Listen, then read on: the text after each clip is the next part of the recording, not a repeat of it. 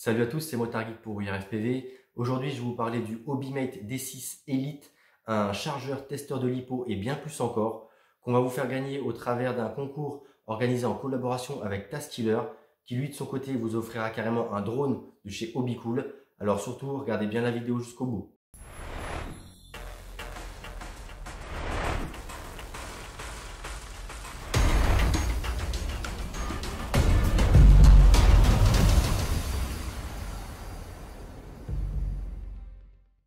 Alors le petit D6 Ultimate de chez Hobimate, donc voyons voir à quoi ça ressemble. Donc dans la boîte c'est livré comme ça.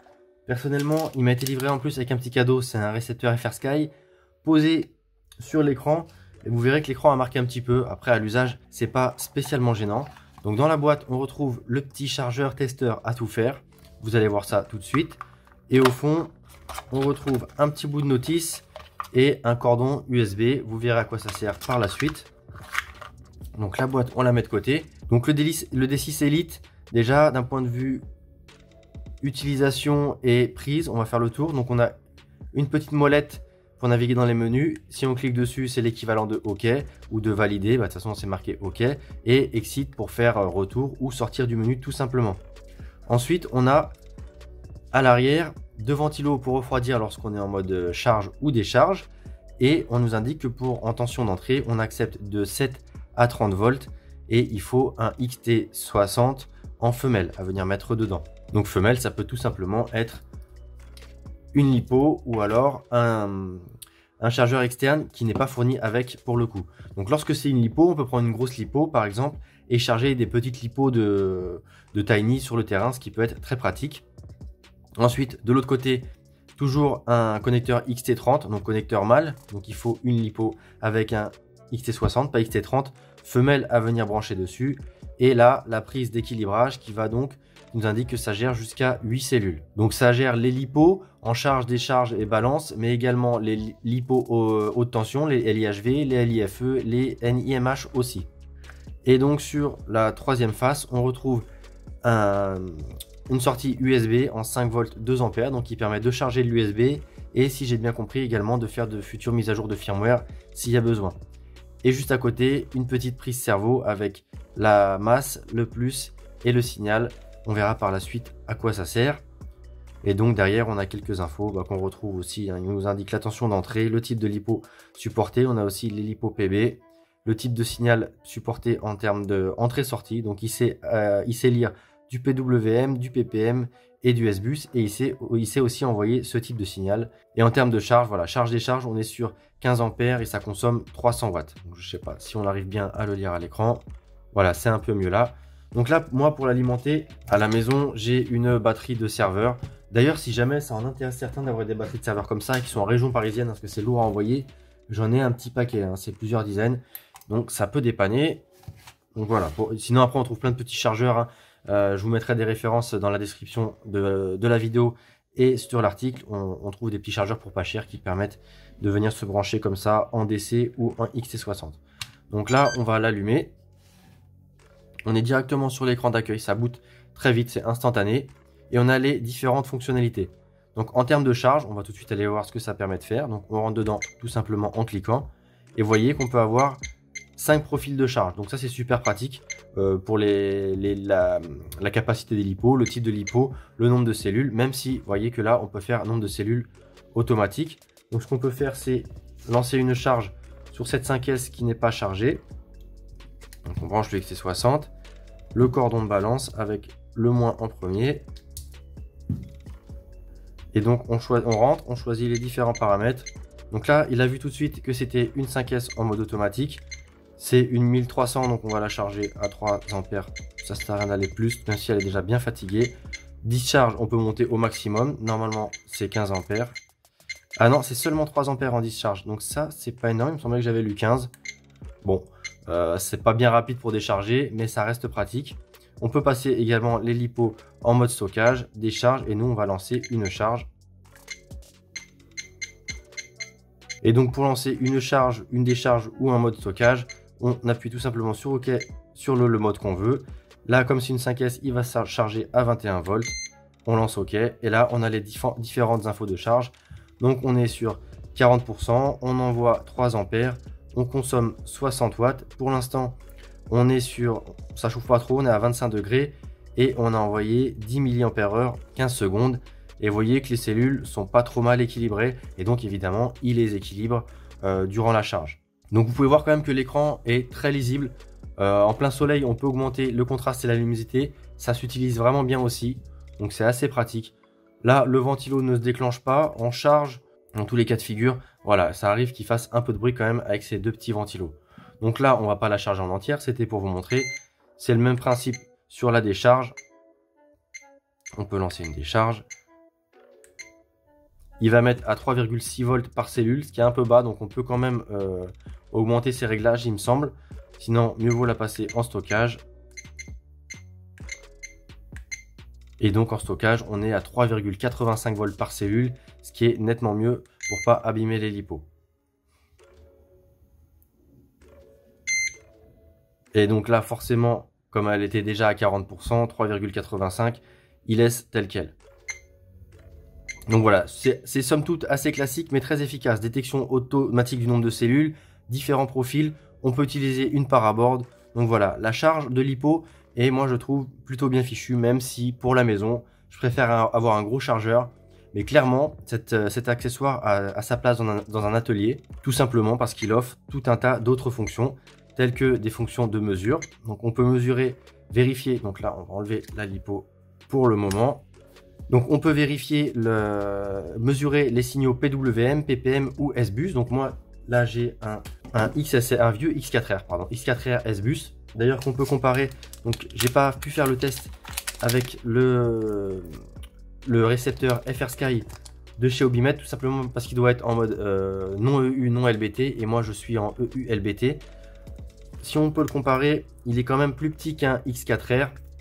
Juste comme ça, je vous le présente. J'essaierai de faire un test plus poussé de ce dernier et de sa portée plus tard. Mais voilà, clairement, à côté d'un RXSR, c'est quand même un peu plus gros. Mais ça reste une taille raisonnable.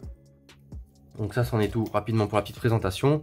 Donc ce qu'on peut faire, c'est brancher donc ce petit récepteur. Donc il ne faut pas se tromper. Moi, sur cette prise cerveau, j'ai un détrompeur. Il y en a qui ne l'ont pas. Donc il faut bien regarder qu'on mette le signal du bon côté. Normalement, le plus est toujours au milieu. Donc on ne peut pas trop faire d'inversion de polarité.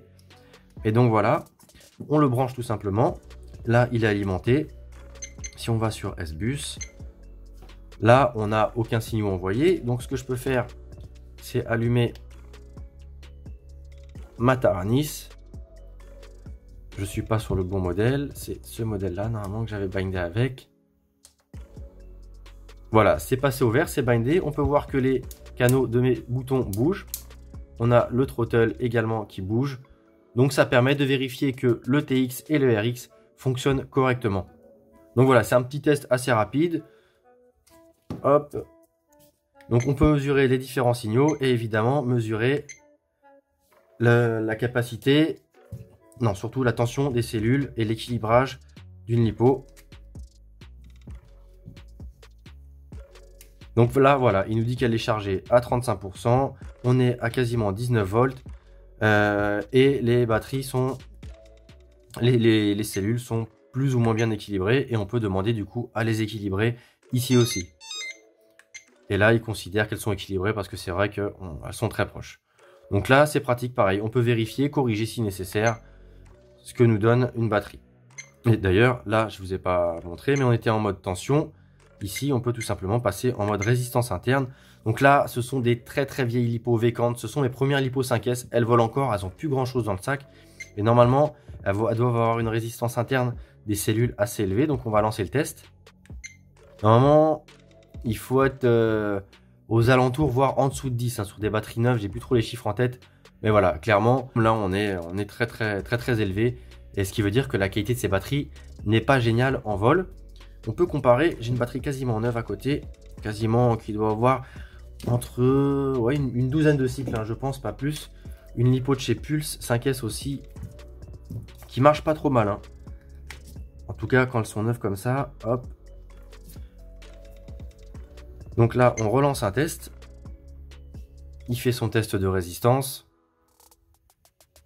Et là, on est quand même en dessous de 10, sauf pour deux cellules, la 2 et la 5, qui ont morflé un petit peu. Mais bon, voilà, c'est une lipo que j'ai pas forcément très bien rodée et qui a déjà volé. Mais on est sur des chiffres assez raisonnables pour celle-ci. Donc voilà, et ensuite on peut tester un ESC pour mesurer du coup, voilà, on envoie du throttle au choix. Donc pareil, hein, on branche l'ESC ici sur la prise cerveau et ensuite on envoie et on mesure la consommation. Donc ça peut permettre de faire des petits tests aussi. Je sais pas trop dans quel sens.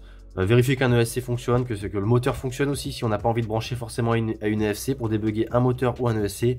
Ça reste pratique pour des petits tests comme ça en lab entre guillemets. Donc ça c'est pour les mesures, mais on a aussi également un mode sortie.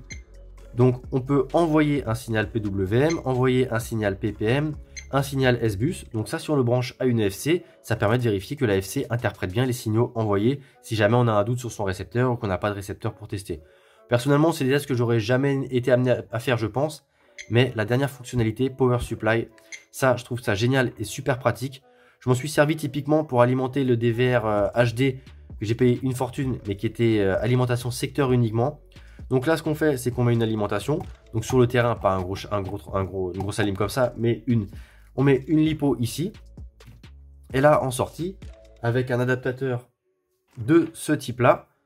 Donc là il faut utiliser, j'ai mon câble là femelle qui permet de venir brancher là. Donc ici avec des adaptateurs d'essai de différents formats, on peut alimenter tout un tas de périphériques à partir du moment où on connaît la tension et le courant de sortie.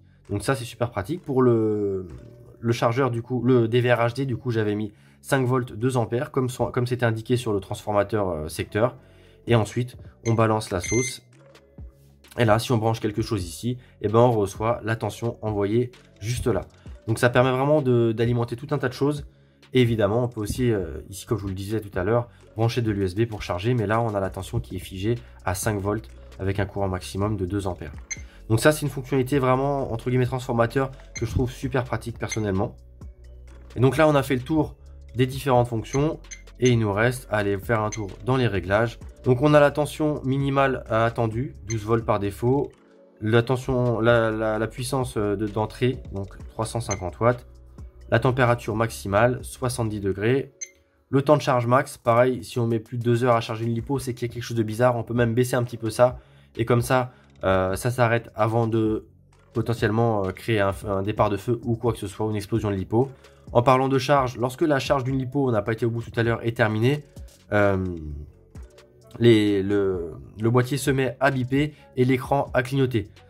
D'ailleurs, si vous voulez voir le fonctionnement détaillé de ce petit accessoire, je vous invite à regarder la review beaucoup plus complète que la mienne de Taskiller, qui a testé vraiment toutes les fonctionnalités, même test de SC. Donc c'est très intéressant si vous voulez vraiment voir dans tous les détails le fonctionnement du D6 Elite.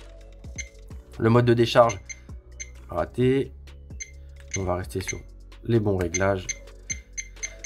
Le mode de décharge, donc en mode interne ou recyclage d'énergie de la lipo.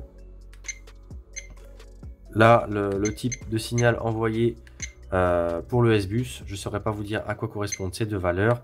La luminosité de l'écran, est-ce qu'on va le voir que ça l'éclaire? De toute façon, si je baisse, on voit normalement qu'il n'y a plus grand chose. Voilà, c'est tout sombre. Donc, entre 5 et 8, c'est très bien en extérieur. S'il y a du soleil, montez un peu plus que 5, mais ça suffit. Le contraste par défaut, il est à 4. Hein. J'ai laissé tous les réglages par défaut, mais on peut le monter. Mais après, l'écran devient pas joli à lire. 4, on a un beau fond noir et une belle écriture blanche, c'est très bien. Le volume de buzzer, on peut monter jusqu'à 7 ou tout simplement baisser, ce qui peut être pratique dans les menus lorsqu'on ne veut pas embêter son entourage. Le temps au bout de combien de temps il va biper s'il ne fait rien. C'est pratique si vous avez une lipo de branchée là, ça évite de la décharger pour rien sur le terrain. Le hub support, j'ai pas trouvé sur la petite notice qui est fournie dans la boîte, qui est très sommaire, à quoi ça correspondait. La langue, malheureusement, il n'y a pas de français, c'est chinois ou français. Et ensuite, si on veut réinitialiser les réglages par défaut, donc tout simplement, on le fait ici. Et quand il bip, il a rechargé les réglages. On a aussi la version de firmware, ça permet de comparer à la version en ligne sur le site pour savoir si on a besoin de le mettre à jour. Donc voilà, on a fait le tour de toutes les fonctionnalités. Encore une fois, si vous avez besoin de plus de détails, allez voir la vidéo de Taz. Et en parlant de Taz, on va faire un petit jeu ensemble. Donc on va débrancher tout ça.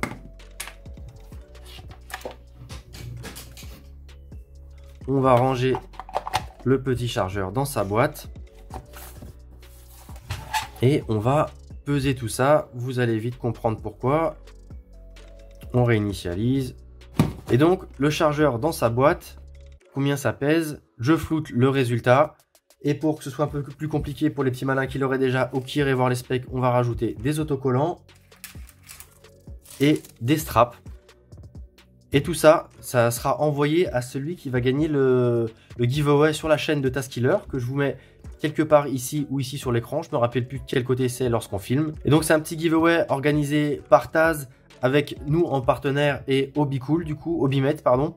Hobbycool, Hobbymet, c'est la même marque, le même shop. Et donc on va vous offrir du côté de chez Taz un petit drone. Vous irez voir sur sa chaîne et de toute façon c'est sur sa vidéo que se passe le concours. Mais pour gagner ce concours, il faudra donc laisser un commentaire sur sa chaîne et deviner le poids de cet ensemble des cadeaux et également des cadeaux qu'il va vous envoyer avec ce petit lot. Donc n'hésitez pas non plus à jouer le jeu et à nous laisser des petits commentaires ici. Et surtout, allez voir la vidéo TazKiller si vous voulez gagner ça, plus un drone de chez Hobbycool. Et sur ce, je laisse la main à Taz pour le concours et je vous dis à très bientôt sur la chaîne. C'était Motard Geek pour We Are FPV.